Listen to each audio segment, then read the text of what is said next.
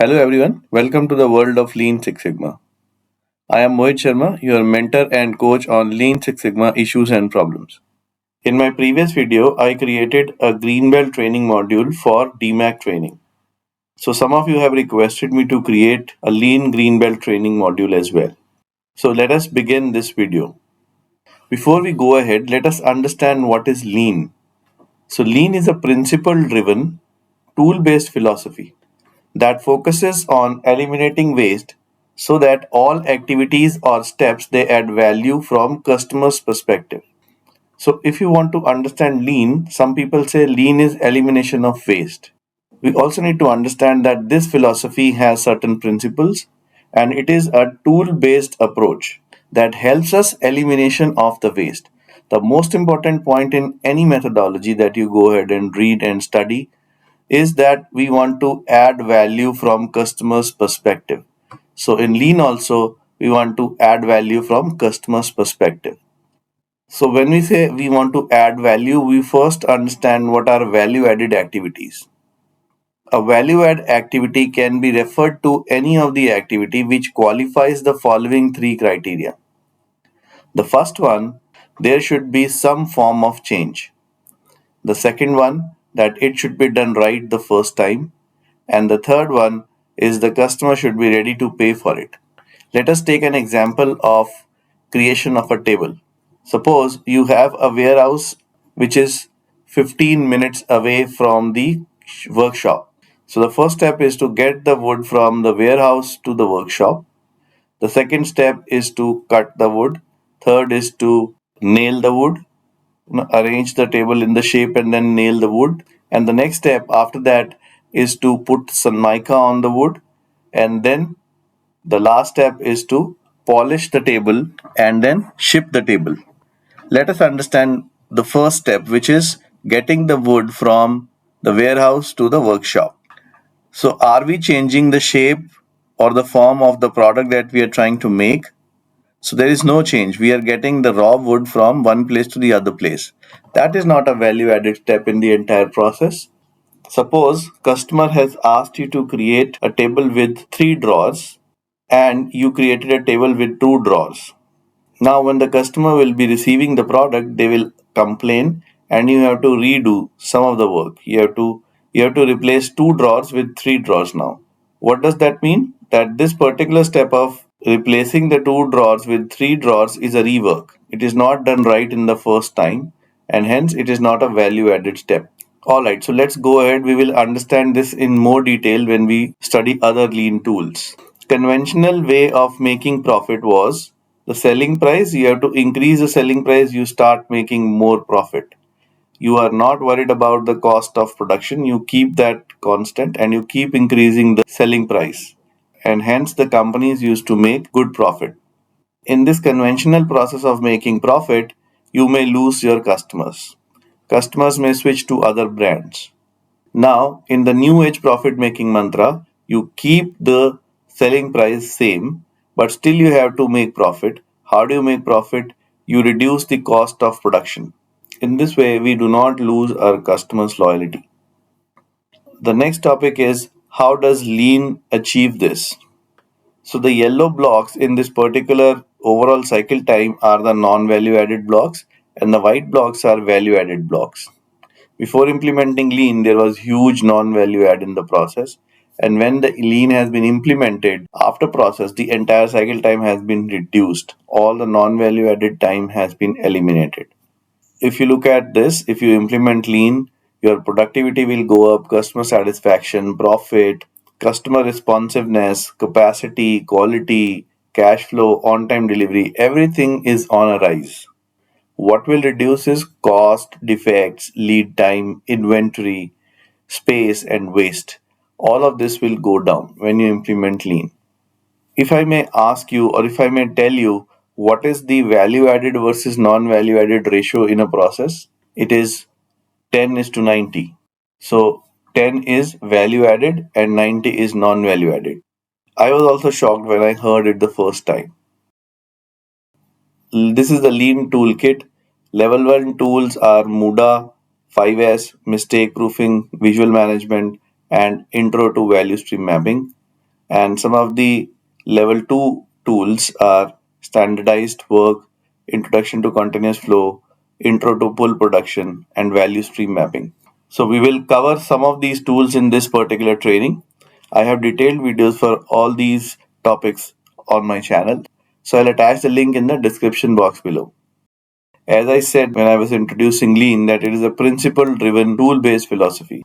So there are 5 Lean principles that we need to understand. The first one is to specify the value, which means define the value from customer's perspective, right? That is what we have understood in the definition also. What is customer perspective? Means what customer wants is what we have to understand and deliver. If customer wants a table with 3 drawers, then we have to understand the need and deliver it to the end customer. Customer wants a table with a length of 1.5 meter and we think that we have more wood. Can we give a table with 2 meter length? And customer doesn't have space to fit that table with 2 meter length. So we have not understood customer's perspective. In order to make customer happy, we are giving him extra, but customer is not happy with that extra. So you need to understand customer perspective and deliver it accordingly. Map the value stream is the second step. You need to map the steps of the process and then you have to identify which of these steps are value added and for the end customer. And I have given you the definition of value added steps. Third one is to establish the flow. The movement of the product or the service should be continuous in nature. There should not be any interruptions or there should not be any blocks. When the product is moving, it should move uninterruptedly in the organization. Implementation of pull. I just want to take a pause here and help you understand what is pull system and what is push system. I give you an example. 20 years ago, if you wanted to buy a car, you would go to the showroom and you would identify the model that you want to buy. And if the model is available in the showroom, they will give you the delivery there and then. You come back with a car.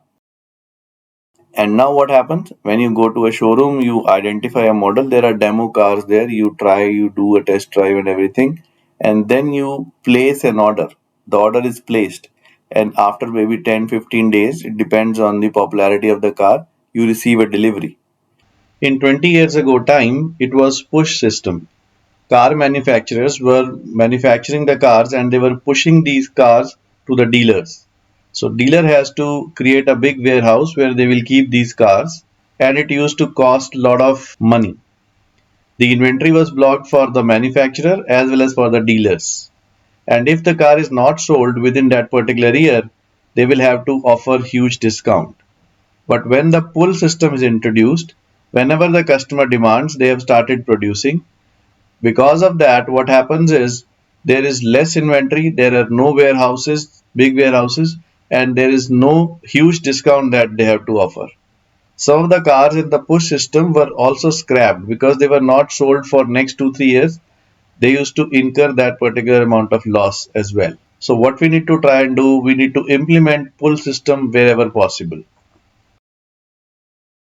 And the fifth lean principle is work towards perfection. The complete elimination of waste, so all activities create value for the customer. So we need to keep working towards perfection till we reach this particular stage. We have understood lean principles. Now let's understand some of the basic lean tools. The first one is muda, which is waste. What is waste? Waste is a non-value added activity. So waste is any step or action that is not adding value to the final product or the service. It is a step in a process that is not required to complete a process successfully. There are 8 types of waste that exist. There is an acronym with the help of which you can remember these 8 ways. So the acronym is downtime.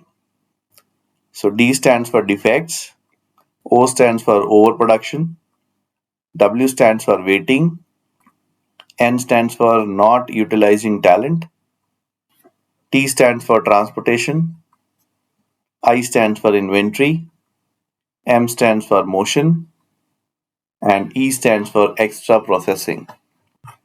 So defects, any product or service that is not meeting customer specification is a defect. overproduction. Producing more than the demand is overproduction. Waiting for the product or the service from previous step is a waiting type of a waste. Employee or machine not utilized at full potential is not utilizing talent. For example, if a laptop is only used as a calculator, that's non-utilization of machine. An accountant is only doing scanning job in an office. It's a non-utilization of employee talent. Next is transportation. Unnecessary transportation of products and material is a transportation type of waste. Remember, unnecessary movement is a waste. Necessary transportation is not a waste. Inventory. Unplanned inventory is a waste. It could be excess raw material or not maintaining minimum inventory levels. Next is motion waste. Unnecessary movement of human beings is a motion waste. Necessary movement is not a motion waste. Extra processing. Performing any activity that is not necessary to produce a functioning product or service is extra processing. So there could be sometimes confusion between overproduction and extra processing. So I will give you an example to make it clear to you. Suppose in a car manufacturing, there are 10 doors that we have to produce, but we produced 11 doors. It is overproduction. And the example of extra processing is we have produced 10 doors.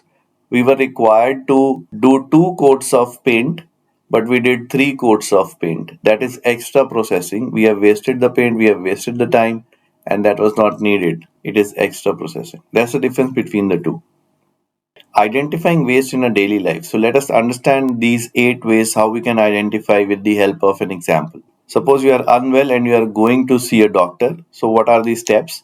You start from home, you reach the clinic, you wait for your turn, you meet doctor, you get medicines, and you go back home. Starting from home and reaching the clinic takes you 30 minutes.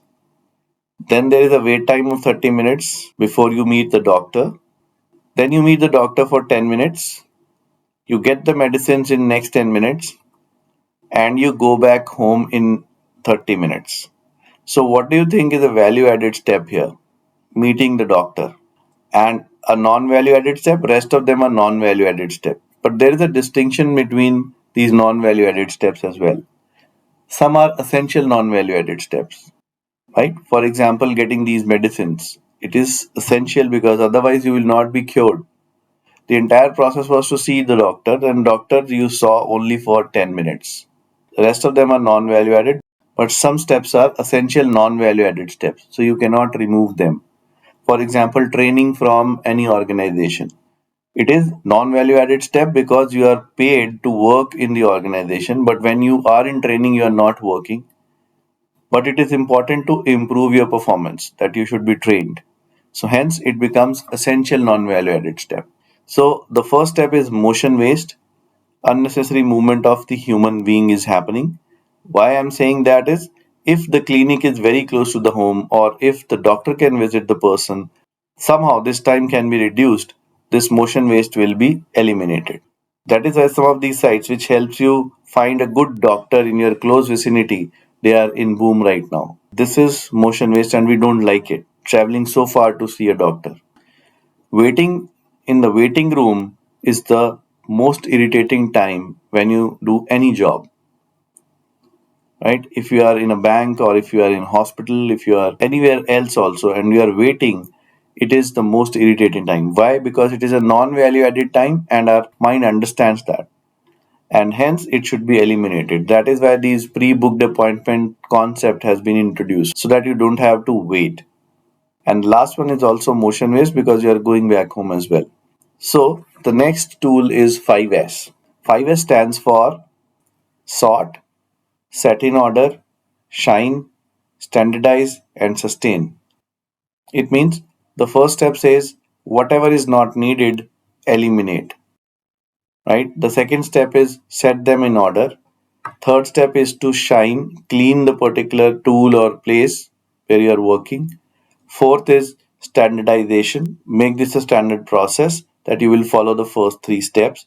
And the fifth one is sustaining this that you do these 3 steps every day. In a repair workshop, the repair engineers get toolkit. If you look at their toolkit, the first thing that they do in the morning is to replace or remove anything which is broken in that particular toolkit.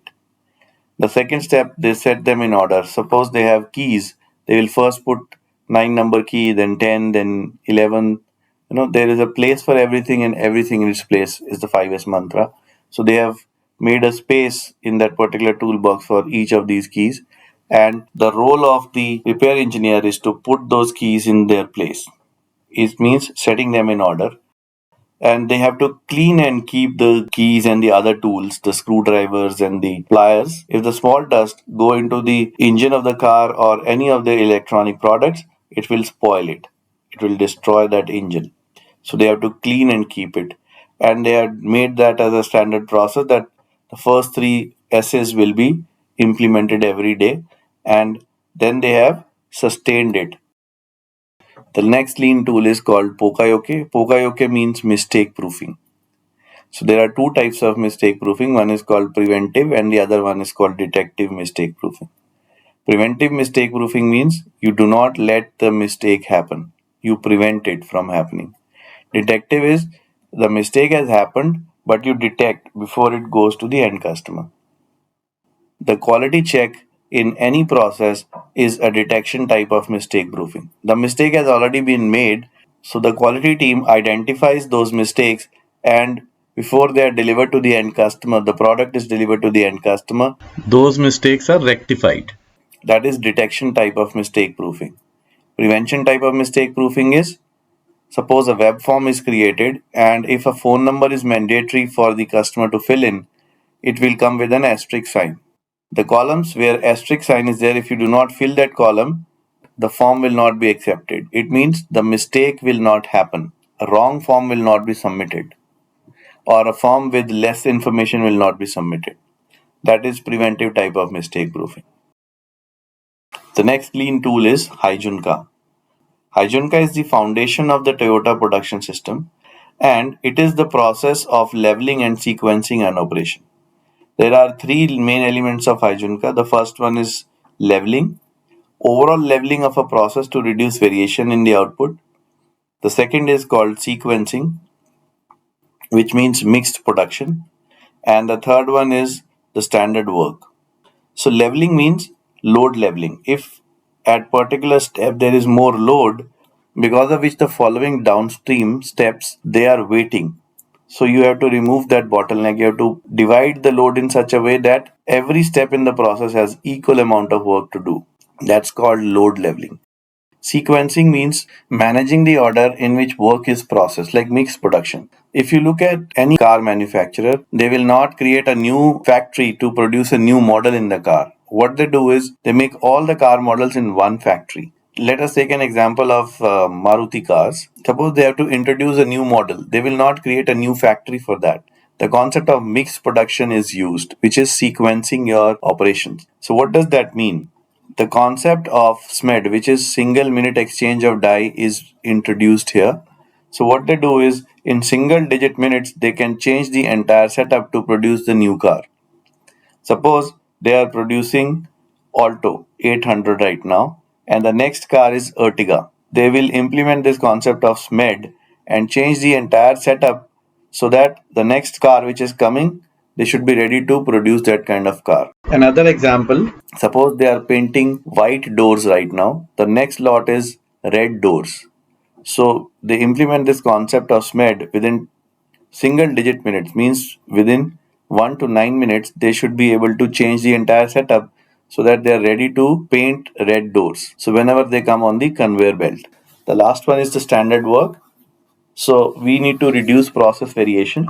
That's very important. If you remember eating Domino's pizza in Delhi versus in Chennai, they will taste the same. Why? Because the work is standard. They are not adding, deleting, or doing anything with the standard process. So the cook who is producing pizza in Delhi as well as in Chennai, both of them are using the same standard procedure of creating Domino's pizza. That is why the taste is similar. So that is standardization of work. Means whosoever comes, they have to follow the standard defined process only. With that, we move on to the next tool, which is called value stream mapping. This is the heart of lean. So there are certain steps that we have to follow. Identify the customer, identify the product of the value, start and end points, identify the tag time, and we'll tell you what tag time is. Identify the process steps, identify and highlight the information flow, establish the quality standards, identify the first pass yield at each of these process steps, highlight inventory built up and rework loops if there are any, draw the time ladder. The next is to identify the Kaizens and then to report the current state and map the future state of the process. Step 14 is to create action workouts and deployments, and 15 is to measure the benefits. These are the steps of value stream mapping. The first step is to identify the customer and the supplier. This is very important. Customer is defined in a crown-shaped box in a value stream map on the top right-hand side corner. We will see how we create it when we move ahead in the subsequent slides. Identify the value-added steps and non-value-added steps. We have already learned that what are value-added and non-value-added steps. Identify the start and the end point. It is important to identify the scope of the project, from where we will start, where we will stop. What is the start and the end point? If we do not define this, it is very difficult to close a project. Like I said, it is a crown shaped box in which you represent your customer, like we have represented ABC company here. This is the kind of box that you have to create. The next thing that we have to identify is the tag time. In tag time, you identify seconds available per shift divided by the total number of customer orders to be filled daily, excluding the overtime and the other times that we take. So for example, there is a shift of 9 hours. You have 30 minutes of lunch break and 15 minutes of tea or coffee break. It means 1 hour is excluded. So only 8 working hours are left for the employees to work and finish the product. The time in seconds would be 8 into 60 into 60. And suppose they have to finish 200 products in that particular time. So total seconds are 8 into 60 into 60. So total available time is 28,800 seconds. And suppose they have to produce 200 units in that particular day. So we have to divide this time by 200. In 144 seconds, they should produce a product. If they are not producing that product in 144 seconds, they will not be able to meet the overall customer demand by the end of the day. So that is the logic of tag time. It gives you time at each of the steps of a process. So you have to finish all the process steps in 144 seconds only. The step 5 is to lay out the process steps. So before we go ahead and say anything, I want to tell you that value stream mapping is a paper and a pencil tool. You will use these stickies and you will write on these stickies and put them on the wall, saying this is step number 1, 2, 3, 4, 5. And why it is paper and pencil tool? Because whatever we follow is different from whatever was defined earlier. So we have to create a current state value stream map. What is happening on the floor, you have to create that, not what is written in the process document. So the next step is to highlight the information flow with the help of this kind of a line. So from here to here, the information is flowing. And when the material starts moving, it is a dotted line like this. So material flow is represented by this dotted line. The next is to establish the quality standards, and how you do it, you identify the rolled first pass yield. The concept of first pass yield is how many products have passed through this particular process step without rework. Suppose 100 products are moving in from step 1 and 90 products are moving out. 10 products are either you create a defect or there was less information available, you have asked for more information at this particular step on these 10 transactions or units. A rework is to be done. If there is a defect or you have sent it back, it will come back to you again. You will reopen the transaction and understand all of this. So there is rework involved at this particular step. Hence, the output or the first pass yield is 90 divided by 100 into 100, which is 90%. Right? So I hope you understood this concept of first pass yield, which is called FPY. And how you calculate the overall first pass yield, which is called rolled first pass yield of the particular process, you multiply the first pass yields of all these process steps, like 90% into 70 into 90 into 100 into 100, which is 56.7% in this case, and which means 56.7% products are passing without rework from this process. The next thing that we have to do is to create a time ladder, and in this time ladder you write cycle time here and wait time here. So you have to draw this ladder correctly. Sometimes I have seen people have drawn it incorrectly. Cycle time bar is above and wait time bar is like this. So that should not be done. There is a triangle which helps representing the inventory before that particular process steps. So in this case, 9 is the inventory before step 2, 2 is the inventory before step 3, and like that. Next step is to calculate the cycle time and wait time. You record cycle time of process step 1, right, and you write it here 12 minutes. How do you get this wait time? So there is a formula of wait time. Cycle time multiply with the inventory and plus observed wait time gives you the overall wait time of the process step. So I will help you understand this with the help of an example. The example is, if you go to a bank and you want to open your account, and the person who is opening the account is taking 10 minutes to open one account, and there are 5 people standing in front of you. So how much is your wait time? 5 multiplied by cycle time. 5 is the inventory multiplied by cycle time, which is 50 minutes. Now you know that you have to wait for 50 minutes before your turn comes. And the next is that, within those 50 minutes, the person gets up from his seat and goes out and takes a smoke break of 10 minutes. Now, how much time that you have to wait is? You have to wait for 60 minutes. That 10 minutes is the observed wait time that you have added. So this is the same formula. 12 is the cycle time.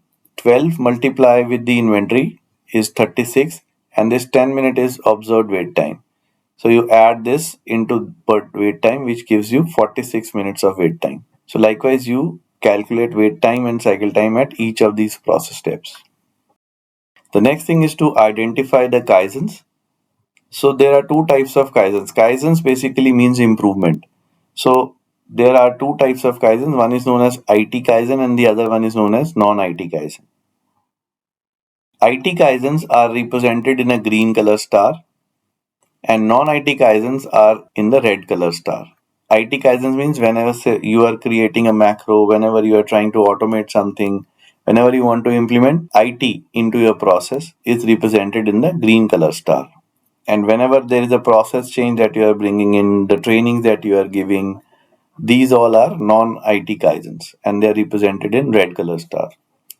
After this, you prioritize your Kaizen, what is easy to implement and whatever has a high impact will be implemented first.